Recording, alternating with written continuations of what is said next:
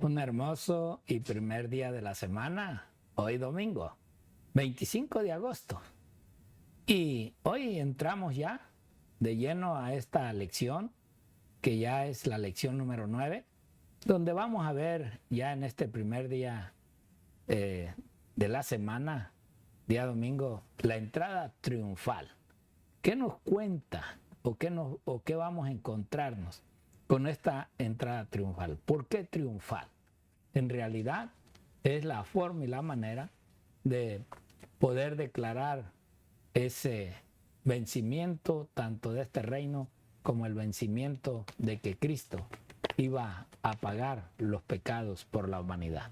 Y hoy, para este hermoso estudio, una vez más, nuestro amigo y compañero, el pastor Raúl, está aquí con nosotros para llevarnos a cabo a esta lección. Pastor Raúl, Pastor, bienvenido. Muchas gracias, pastor, por el lindo recibimiento. Usted siempre me recibe con mucho gusto y con mucha alegría. Gracias, pastor, y gracias a los hermanos que nos siguen a través de nuestro canal, a través de nuestra televisión, nuestro canal 44.8. Sean todos bienvenidos, hermanos, y hoy estaremos viendo muy interesante el tema de hoy, la entrada triunfal. Cómo el Señor entró como todo un rey, pero de una manera muy sencillita, montado en un burrito. Así es. Sí, pero ¿qué les parece, hermanos? Vamos a orar, que podamos orar, pastor. Queridos hermanos, los compañeros de rodillas, vamos a orar, por favor. Oremos. Amante y amoroso Padre, hoy, Señor, ya 25 de agosto. El tiempo, Padre, corre rápido, pero tus enseñanzas no dejan de ser en la vida de aquel Padre que te busca. Sí, Señor. Te pido, Padre, que en esta hora, en estos minutos que tenemos a través de las redes sociales, Señor, tú te manifiestes en tus palabras para aquellos, Padre, que te quieren conocer. Danos, Padre, a entender y a comprender este desarrollo de esta entrada triunfal que tuvo nuestro Señor Jesucristo allá en Jerusalén. ¿Por qué? ¿Cuál fue el motivo? ¿Qué propósitos o qué enseñanza, Señor, se estaba dando en ese momento? Pedimos, Padre, que te quedes con nosotros y que seas tú, Padre, quien se manifieste en la vida de cada uno de tus hijos. Te pedimos, Padre, este favor y te lo suplicamos en el precioso y bendito nombre de tu Hijo Cristo Jesús. Amén. Amén.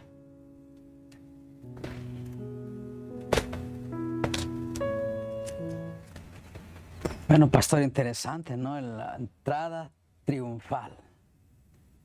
Hasta cómo lo pusieron de una manera bien bonita. Pero vamos a Marcos, hermanos. Vamos a Marcos capítulo 1, versículo 1, del 1 al 11. Marcos capítulo 11, del 1 al 11.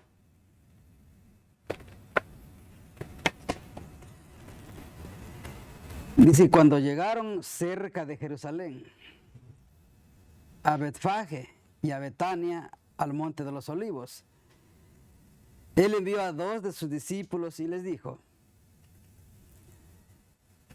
ir a la aldea que está enfrente de vosotros, y luego que entréis en ella, hallaréis un pollino atado sobre el cual ningún hombre se ha sentado, desatarlo y traerlo. Interesante, pastor, si hagamos un paréntesis ahí. Y vino una, donde dice que en el 12, que fue ordenado a uno de sus dos discípulos fueran a traer un pollino, que es un pollino, un asnito. Pero lo interesante es que nadie había montado ese pollino.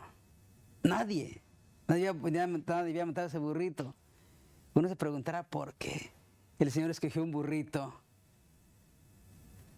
Aparte de que un burrito que no ha sido montado no está domado. Ese es el detalle. El que tiene animales de este tipo sabe que un animal que no ha sido domado para montarlo no se queda quieto. O sea, siempre va a buscar tirar a su montador. Se agarran, brinca y brinca hasta que lo tiran. ¿Ya? Pero no fue el caso. No fue el caso. Pero miren, dice el versículo 12. Y dice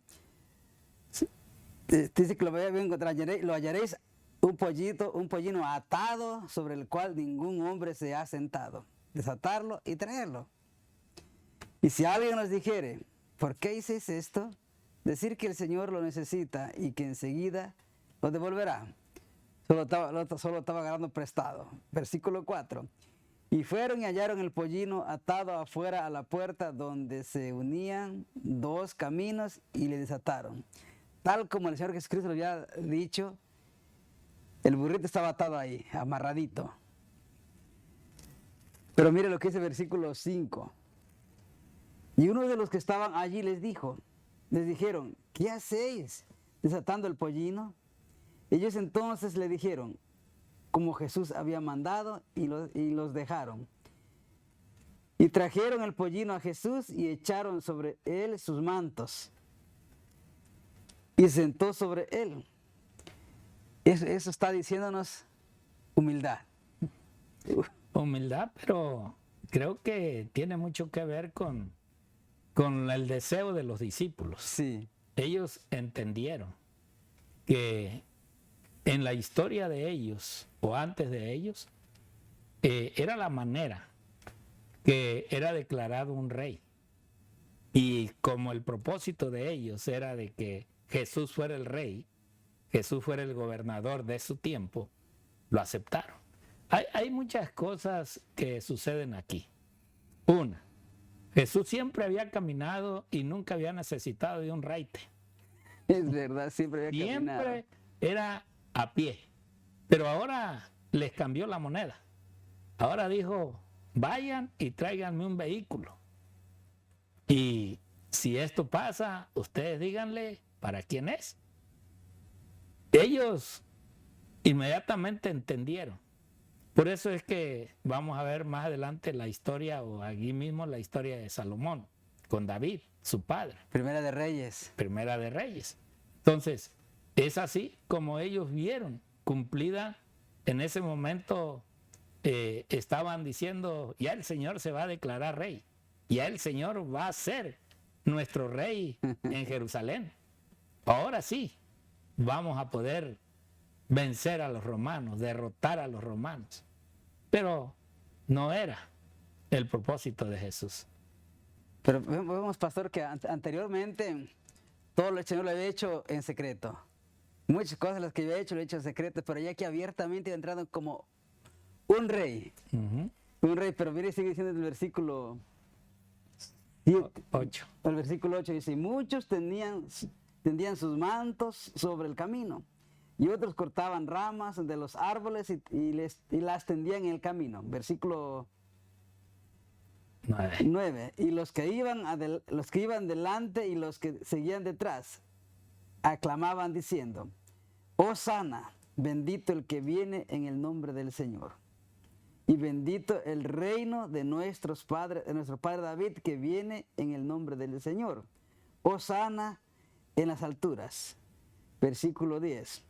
Y entró Jesús en Jerusalén y en el templo, y habiendo mirado alrededor todas las cosas, y como ya anochecía, se fue a Betania con los 12. O sea que el Señor no predicó. Pasó nomás.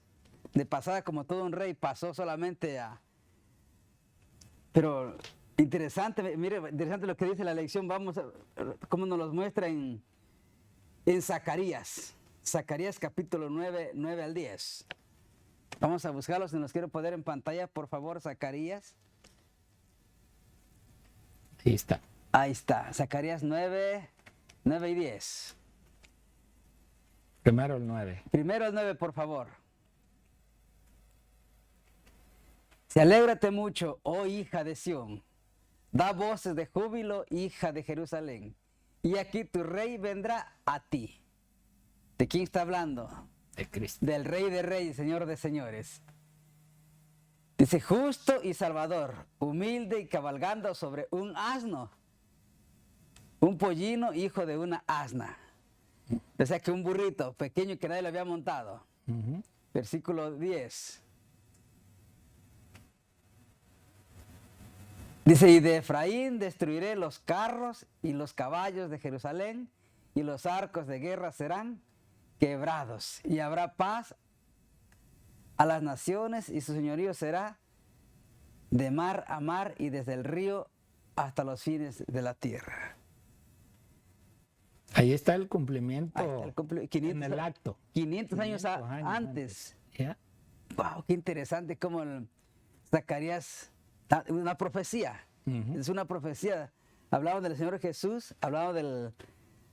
Y Marcos lo confirma en Marcos capítulo 11, ¿verdad?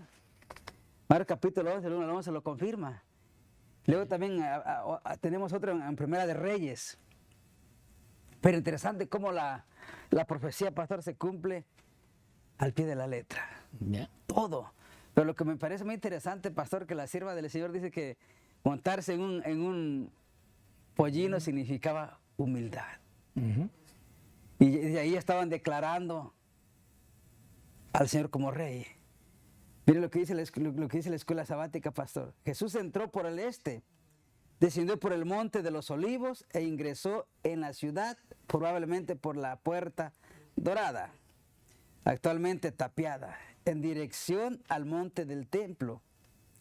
La ciudad entera se vio agitada por llegar de Jesús, pues todos daban cuenta de la reverencia de su acción simbólica. La multitud que acompañaba a Jesús gritaba Hosana, un término cuyo significado original era salva ahora, pero que luego llegó a tener en sentido de gloria a Dios. El tiempo del secreto de la confidencialidad en la que Jesús había insistido a lo largo del Evangelio de Marcos ha terminado. Ahora Jesús entra en la ciudad mediante una bien conocida acción simbólica vinculada a la realeza. Ingresa al templo, pero por cuanto es tarde, simplemente mira alrededor y aparta luego a Betania con los 12 discípulos, lo que pudo haber terminado en una revuelta. Concluye, en cambio, con una serena salida de allí. Pero el día siguiente será diferente. Interesante, pastor. Que en lugar del que el Señor hubiera aprovechado el tiempo, ¿verdad? Y como era tarde, se pasó derecho. Yeah. Pero lo que más impacta, pastor, mientras leía estos pasajes, miraba cómo el Señor entró a la ciudad montado en un pollino y cómo la gente clamaba a él. Lo seguían multitudes. Y ya Zacarías lo ilustra mejor. Zacarías capítulo 9, versículo 9 y 10. Dando esta profecía que se cumplió esa profecía cuando el Señor entró a Jerusalén. Yes. Bueno, la misma lección, ¿verdad? Nos cita allí Sí. el libro de Deseado de todas las gentes, en la página 523. Y ahí nos dice exactamente lo que usted decía hace rato, ¿verdad? Y dice que 500 años antes del nacimiento de Cristo, vean, el profeta Zacarías predijo así la venida del rey de Israel. Y aún no lo reconocieron. 500 años antes. Ya estaba predicho en la forma que iba a entrar el rey del cielo a Israel. Esta profecía se iba a cumplir ahora y se estaba cumpliendo en ese momento. Exacto. El acto que se estaba haciendo. Los rabinos, no sé, pero me imagino que ellos conocían y sabían lo que decía la profecía. El que siempre había rechazado los honores reales iba a entrar en Jerusalén como el prometido heredero del trono de David. ¿Sí? Porque siempre había algunos, a veces en burla, otros honestamente lo querían honrar y no lo aceptaba. No quería, pero ahora no dice nada. Toda aquella gente, aquella multitud de Israel, ahora le tendían sus capas, arrancaban ramas de los árboles verdes y le tendían para que el Rey de Reyes y Señor de Señores pasara, ese Dios de Israel. Y el Señor no abrió su boca para decirles que no lo hicieran, no, porque Él sabía que estaba en ese momento dándoles un recordatorio a aquellos escribas, a aquellos fariseos, a aquellos que tenían las escrituras de antiguas y que hablaban de ese acto. Por eso es que también ella nos dice en este libro de la historia de los patriarcas y profetas, el universo entero se maravilló al ver que Cristo debía humillarse a sí mismo para salvar al hombre caído. Vean, no buscó reinar, sino humillarse, porque era la manera de salvarnos, era la manera de perdonar la falta y el pecado del hombre. Asimismo también dice, el hecho de que aquel que había pasado de una estrella a otra, de un mundo a otro, dirigiéndolo todo, satisfaciendo mediante su providencia las necesidades de todo orden de seres de su enorme creación, consistiese en dejar su gloria por tomar sobre sí la naturaleza humana. Era un misterio que todas las inmaculadas inteligencias de los otros mundos deseaban entender. Sí, mis hermanos, porque hay otros seres criados y quizás no entendían cómo es de que este Rey de Reyes, este Dios, se dejó humillar por el hombre, por un mundo, por un lugar que pecó, se rebeló. Y ahora, no nomás con eso, ahora se estaba humillando para alcanzar los propósitos del cielo en el ser humano. Y que todo aquel que hoy lo vemos y lo entendemos, tenemos que comprender que Cristo lo hizo todo por nosotros. Pero a veces nosotros no queremos hacer nada por otros. Así es la enseñanza que el Señor nos da y nos hace entender. Miremos ahora, miren este libro. Cristo seguía la costumbre de los judíos en cuanto a una entrada real. Esa era la manera. David a Salomón así lo enseñó. Zacarías hablaba de cómo este ser divino se iba a hacer carne, se iba a hacer hombre como nosotros, pero que en un momento iba a enseñar con toda la enseñanza de su vida y de la palabra de Dios, la humildad. La humildad para que el hombre entienda en realidad qué es lo que Él quiere de nosotros. Aún dice, el animal en el cual cabalgaba era el que montaban los reyes de Israel, y la profecía había predicho que así vendría el Mesías a su reino. Ya estaba entendido desde que lo vieron subir en el burrito. Los discípulos entendieron, comprendieron el mensaje con el simple acto. Los escribas y fariseos y ancianos estaban nomás observando. ¿Por qué? Porque también tenían miedo al pueblo y no podían hacer nada, ya que la multitud lo clamaba como rey, así como clamaron al rey Salomón. Por eso dice, no bien se hubo sentado sobre el pollino, cuando una algaraza de triunfo hendió el aire. Vean, qué bonito. O sea, ¿qué estruendo pudo haber pasado o sucedido en ese momento? Yo me imagino, y no sé, pero creo que cuando Cristo venga, así va a ser el grito de aquellos que lo estemos esperando, de aquellos que estemos deseando su presencia, y más en ese momento de tribulación, de angustia, de terror, de miedo, porque todo se volcará contra el pueblo de Dios. pero Él no nos dejará solo y Él vendrá a rescatar a sus hijos. Esa va a ser la entrada triunfal de Cristo a esta tierra, pero Él nos llevará al cielo también para hacer una entrada triunfal de vencedores que nos presentará ante su Padre. Así de que, mi hermano, vale la pena luchar en este tiempo, en esta tierra. Luchemos, no porque nosotros podamos, sino porque el que puede nos ha encomendado y nos ha prometido que un día Él regresará. Amén. Esperamos en el Señor, mi hermano, que todos tengamos o tenemos esa oportunidad y empecemos a aprovecharla. Que Dios te bendiga y el Señor te guarde.